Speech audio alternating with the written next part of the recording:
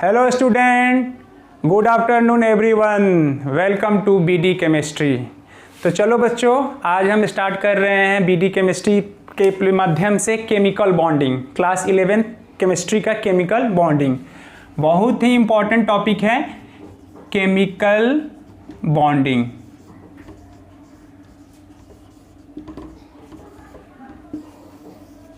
आज हम लोग जा रहे हैं पढ़ने केमिकल बॉन्डिंग, क्लास 11th का केमिस्ट्री से केमिकल बॉन्डिंग। और इससे क्या होता है ना, जितने भी ऑर्गेनिक के इनऑर्गेनिक के क्वेश्चन होते हैं केमिकल बॉन्डिंग से ही ज़्यादातर आते हैं। अगर ये चैप्टर पे आपका पकड़ अच्छा नहीं है तो फिर बहुत ही डिफिकल्ट हो जाता है नीट जेईई का क्वेश्चन को सॉल्व करना, 11th 12th के क्वेश्चन को बढ़ाना, और ऑर्गेनिक में खासकर बहुत ही प्रॉब्लम क्रिएट हो जाता है। इनऑर्गेनिक इसके लिए भी बहुत इंपॉर्टेंट है।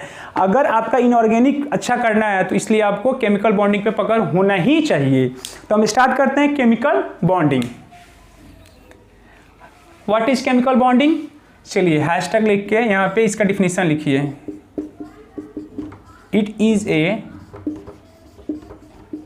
Type of attraction, it is a type of attraction between two or more atoms hold together.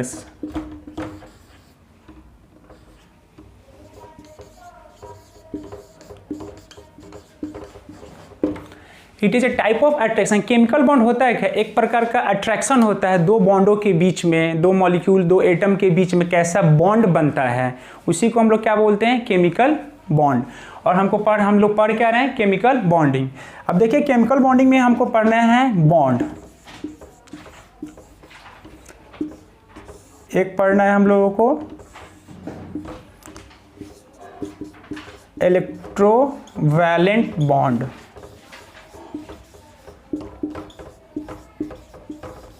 और इलेक्ट्रोवैलेंट बॉन्ड को ही हम लोग क्या बोलते हैं? Ionic bond. क्या बोलते हैं?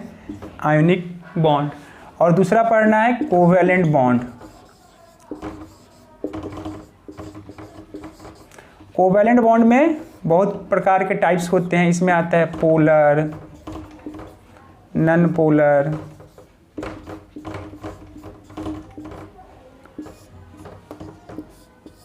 कोऑर्डिनेट बॉन्ड,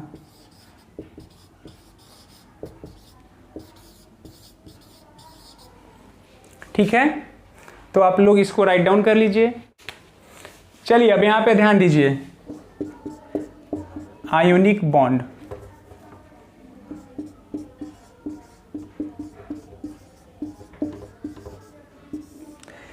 आयनिक बॉन्ड जो है बेसिकली फॉर्म होता है मेटल्स एंड नॉन मेटल्स के बीच में, मेटल्स एंड नॉन मेटल,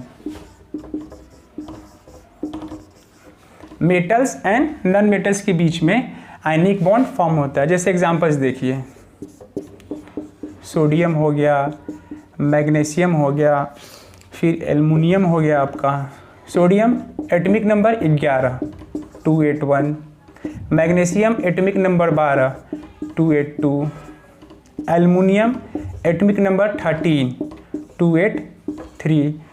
अब इसका वैलेंस इलेक्ट्रॉन 1 2 और 3। कोई एक ये सब मेटल्स हैं, दीज आर मेटल्स। क्या है? मेटल्स। नॉन मेटल में देखिए क्लोरीन 17 287, इसका वैलेंस इलेक्ट्रॉन कितना आया? 7। तो ये मेटल्स और नॉन मेटल्स के बीच में क्या होता है? आयनिक बॉन्ड फॉर्म होता है। और आयनिक बॉन्ड जब बनता है तो यहाँ पे क्या होता है? मेटल्स और नॉन मेटल्स के बीच में फॉर्मेशन होता है बॉन्ड का। इसका भी स्क्रीनशॉट आप ले सकते हैं या इसको राइट डाउन कर लीजिए। देखिए यहाँ पे देखिए, आप लोग एग्जाम्पल हम करा रहे हैं, कॉन्सेंट्रेट कीजिए बच्चों, यहाँ पे ध्यान दीजिए। आयनिक बॉन्ड कैसे बनता है यहाँ पे कॉन्सेंट्रेट करना है। चलो यहाँ पे ध्यान दो। NaCl, सोडियम का एटॉमिक नंबर होता है 11 281, क्लोरीन का होता है 17 287। होगा क्या कि सोडियम का वैलेंस इलेक्ट्रॉन 1, तो इसको हम क्रॉस से रिप्रेजेंट कर रहे हैं, क्रॉस से रिप्रेजेंट कर रहे हैं। और क्लोरीन का एटॉमिक नंबर है 17, तो इसको हम डॉट से रिप्रेजेंट कर रहे हैं। ध्यान दीजिएगा आप लोग यहाँ पे।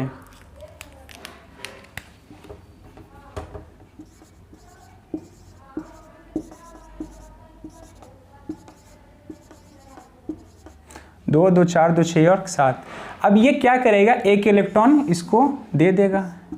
देने से क्या हुआ, इसका ऑक्टेट कंप्लीट हो गया। क्या हुआ, ऑक्टेट कंप्लीट हो गया। और इसके पास क्या आ गया, इसके पास 8 इलेक्ट्रॉन हो गए। तो Na ने अपना 1 इलेक्ट्रॉन लूज किया, तो Na पे प्लस और Cl पे माइनस, Na पे प्लस और Cl पे माइनस। तो आपने यहाँ देखा होगा कि मेटल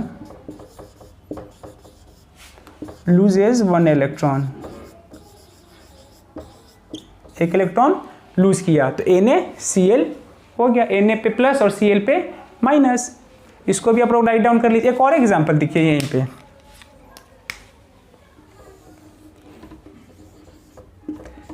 MgCl2। क्लोरीन के 2 मॉलिक्यूल हैं यहाँ पे, ध्यान दीजिएगा। मैग्नीशियम का एटॉमिक नंबर कितना होता है, 12, 2 8 और 2। क्लोरीन 2 बार है, 17 और 17, 2 8 7 2 8 7। ये अपना ऑक्टेट कंप्लीट कर लिया। 1 इलेक्ट्रॉन देने से क्या हुआ, इसका ऑक्टेट कंप्लीट हो गया क्लोरीन का। और यहाँ पे सोडियम का भी अपना ऑक्टेट कंप्लीट है। और ये इलेक्ट्रॉन लेने से क्या हुआ, इसने 1 इलेक्ट्रॉन लिया, इसी पे इस पे प्लस चार्ज, और ये इलेक्ट्रॉन, इसने 1 इलेक्ट्रॉन दिया पॉजिटिव चार्ज, एक, इसने कितने इलेक्ट्रॉन लिया, 1 इलेक्ट्रॉन लिया, 1 माइनस। यहाँ पे देखिए मैग्नीशियम का वैलेंस इलेक्ट्रॉन कितना है, 2। तो दोनों इलेक्ट्रॉन को हम क्रॉस से रिप्रेजेंट कर रहे हैं।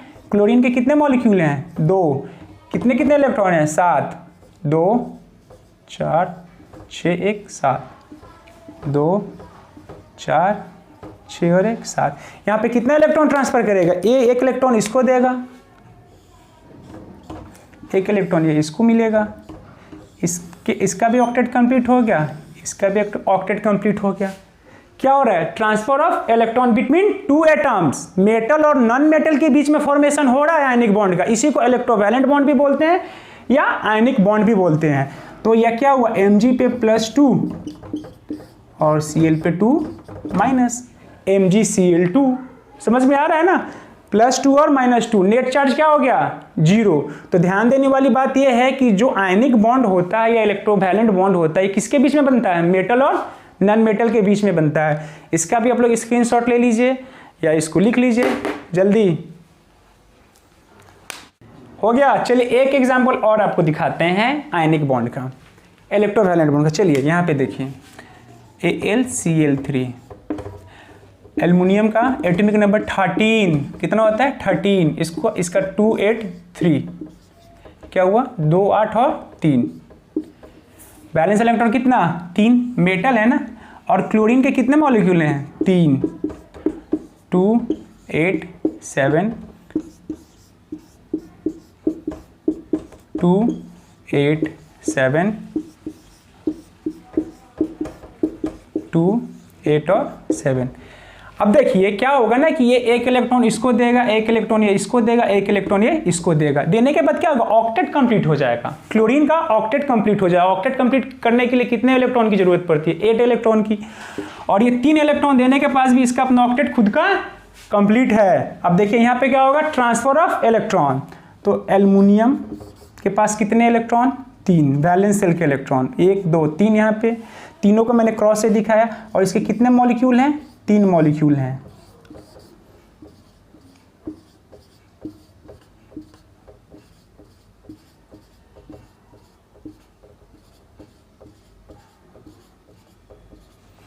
हुआ क्या, 1 इलेक्ट्रॉन इसको डोनेट करेगा,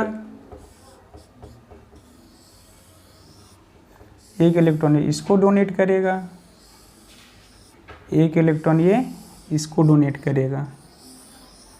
कितना इलेक्ट्रॉन डोनेट किया, 3। इसीलिए एल्युमिनियम पे +3 और क्लोरीन पे -3। बच्चे को डाउट यही होता है स्टूडेंट लोगों को कि मैंने देखा कि +3 क्यों, Mg पे +2 क्यों होता है, इसलिए होता है क्योंकि उसने वैलेंस सेल के इलेक्ट्रॉन डोनेट कर रहा है। कौन सा इलेक्ट्रॉन डोनेट कर रहा है? वैलेंस सेल के, आउटर मोस्ट सेल का इलेक्ट्रॉन डोनेट किया। क्यों किया?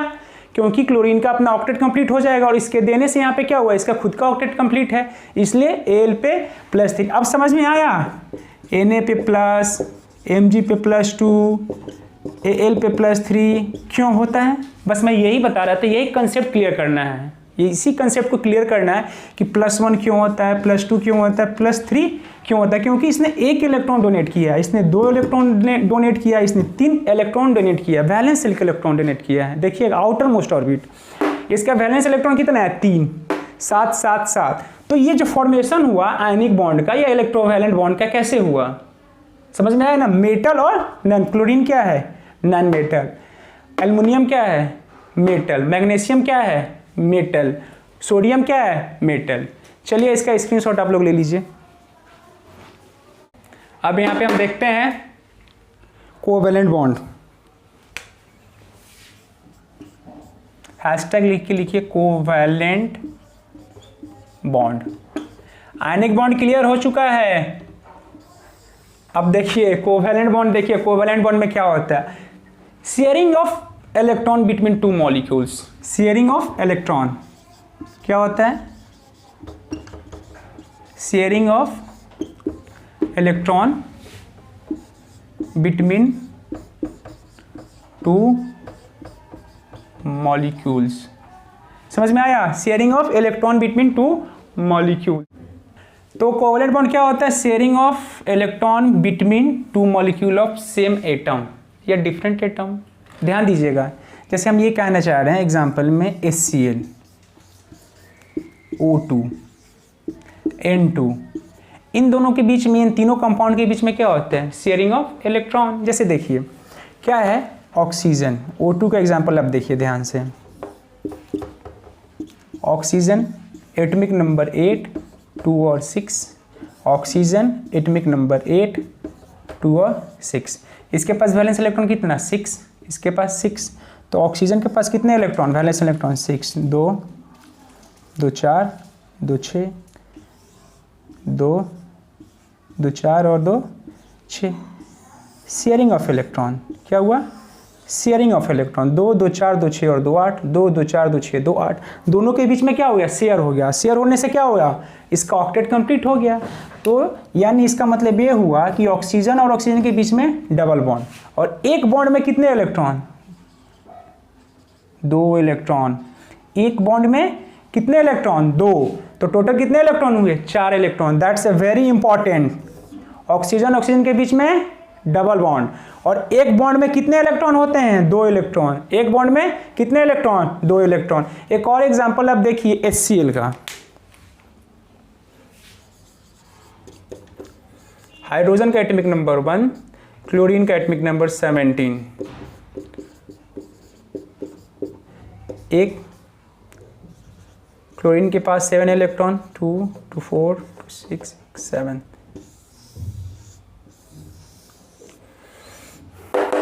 इधर ध्यान दो, क्या हुआ? इसका भी ऑक्टेट कंप्लीट हो गया और इसका डुप्लेट कंप्लीट हुआ। हाइड्रोजन का क्या कंप्लीट हुआ? डुप्लेट, यानी 2 इलेक्ट्रॉन। हाइड्रोजन को कितना इलेक्ट्रॉन मिला? 2 इलेक्ट्रॉन। तो 2 इलेक्ट्रॉन मिलने से क्या हुआ? इसका डुप्लेट खुद का कंप्लीट हो गया, और क्लोरीन का क्या हुआ? ऑक्टेट कंप्लीट हुआ। तो HCl के बीच में जो बॉन्ड बनता है HCl, यानी एक बॉन्ड में कितने इलेक्ट्रॉन? 2 इलेक्ट्रॉन। एक बॉन्ड में कितने इलेक्ट्रॉन? 2 इलेक्ट्रॉन। चलिए इसका स्क्रीनशॉट लिख लीजिए या राइट डाउन कर लीजिए इसको।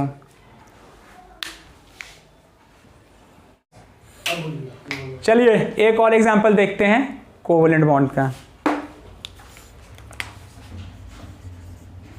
कोवैलेंट बॉन्ड,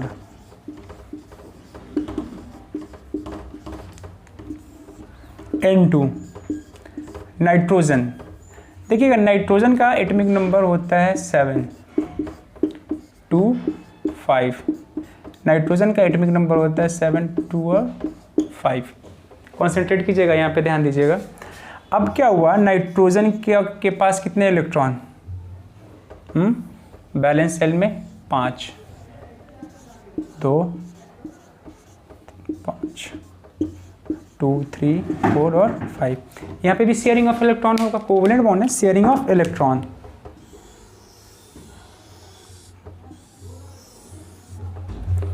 शेयर हो गया। यानी नाइट्रोजन और नाइट्रोजन के बीच में जो बॉन्ड बनता है वो होता है ट्रिपल बॉन्ड। और मैंने क्या बोला था, एक बॉन्ड में कितने इलेक्ट्रॉन, 2।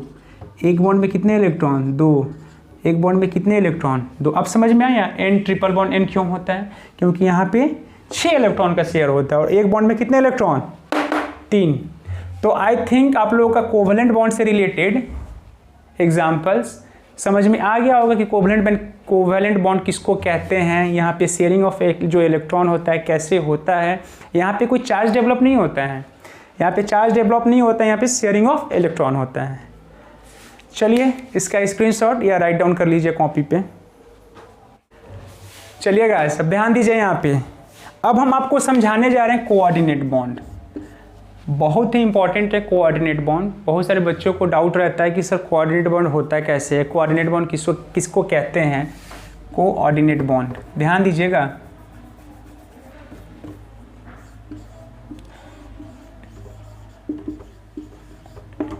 Coordinate bond. देखिए हम आपको एग्जाम्पल से एक्सप्लेन करते हैं कि कोऑर्डिनेट बॉन्ड होता क्या है। देखिए ए और बी कोई मॉलिक्यूल है, 2, 4, 6 और 8। मतलब ये इसका ऑक्टेट कंप्लीट है, इसका ऑक्टेट कंप्लीट है।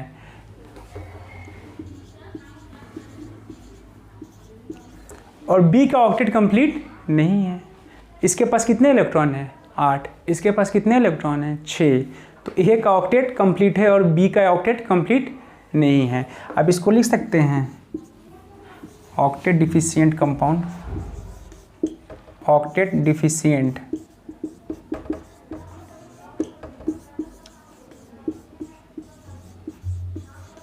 बी का ऑक्टेट कंप्लीट नहीं है।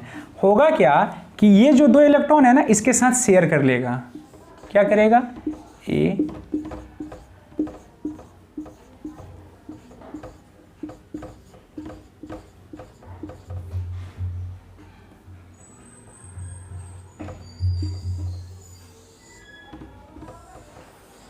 क्या कर लिया, शेयर कर लिया। और इसी को ऐसे दिखाया जाता है,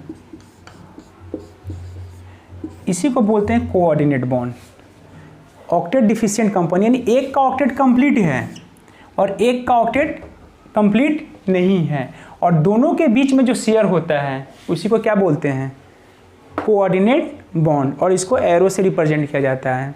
मतलब आपका कंसेप्ट क्लियर हो गया होगा कि किसी कंपाउंड का एक ऑक्टेट कंप्लीट होता है, एक का ऑक्टेट इनकम्प्लीट होता है और उसी के बीच में क्या होता है, शेयरिंग हो जाता है। उसी को क्या बोलते हैं, कोऑर्डिनेट बॉन्ड। फिर इसको अच्छे से एक्सप्लेन कर रहे हैं, एक बार और देखिए इसको।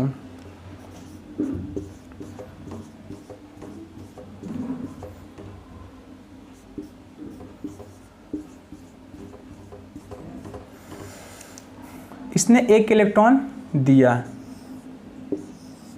तो इस पे प्लस,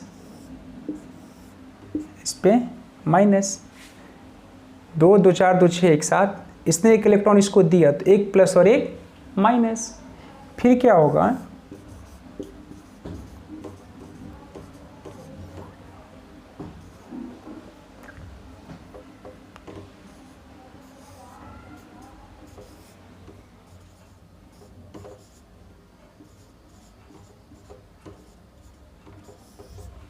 देखिएगा 2, 2, 4, 2, 6, 2, 8, 2, 2, 4, 2, 6 और 2, 2, 4, 2, 6, 2, 8, 2, 2, 4, 2, 6। इसने एक इलेक्ट्रॉन इसको दिया तो इसके पास भी 7 इलेक्ट्रॉन और इसके पास भी 7 इलेक्ट्रॉन। एक प्लस चार्ज है और एक माइनस चार्ज है, एक प्लस चार्ज है और एक माइनस चार्ज है। फिर क्या होगा,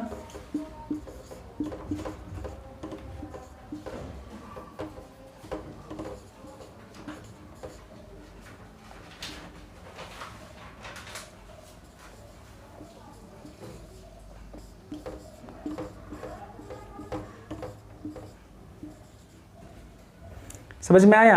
यहाँ पे क्या आ जाएगा, एक माइनस चार्ज आ जाएगा, एक प्लस चार्ज और एक माइनस चार्ज। इसी के बीच में क्या बन गया, कोऑर्डिनेट बॉन्ड। एक क्या होता है यहाँ पे, एक का ऑक्टेट कंप्लीट होता है, एक का ऑक्टेट कंप्लीट नहीं होता और इन दोनों के बीच में जो शेयर होता है इसी को क्या बोलते हैं, कोऑर्डिनेट बॉन्ड बोलते हैं। चलिए इसका स्क्रीनशॉट आप लोग ले लीजिए। चलिए अब इसका देखिए, यानी कोऑर्डिनेट बॉन्ड को हम क्या बोल सकते हैं, कोऑर्डिनेट बॉन्ड कैसे फॉर्म होता है, it is formed by electrovalent bond